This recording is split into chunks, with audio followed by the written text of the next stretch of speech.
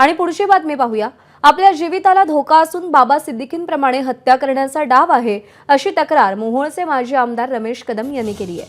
पोलिसांनी या प्रकरणी गुन्हा दाखल करत दोघांना ताब्यात घेतलंय।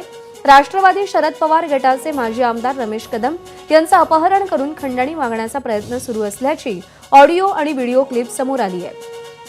मात्र या ऑडिओ व्हिडिओ क्लिपची एबीपी माझा पुष्टी करत नाही।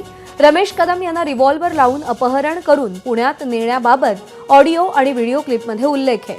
पुण्यातील आबा काशीद नामक व्यक्तीने सुपारी दिल्याचा फिर्यादीत उल्लेख आहे आणि या प्रकरणी 3 जणांवर गुन्हा दाखल झाला असून आकाश बाबर आणि धनराज भोसले हे आरोपी मोहोळ पोलिसांनी ताब्यात घेतलेत। तर मुख्य आरोपी असलेल्या आबा काशीदचा सध्या शोध सुरू आहे।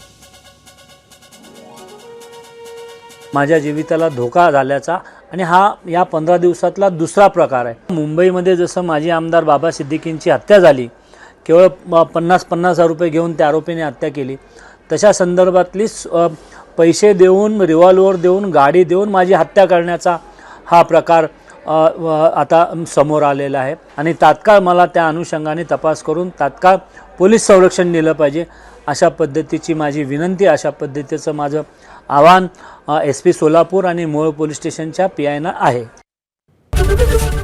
एबीपी माझा, उघडा डोळे बघा नीट।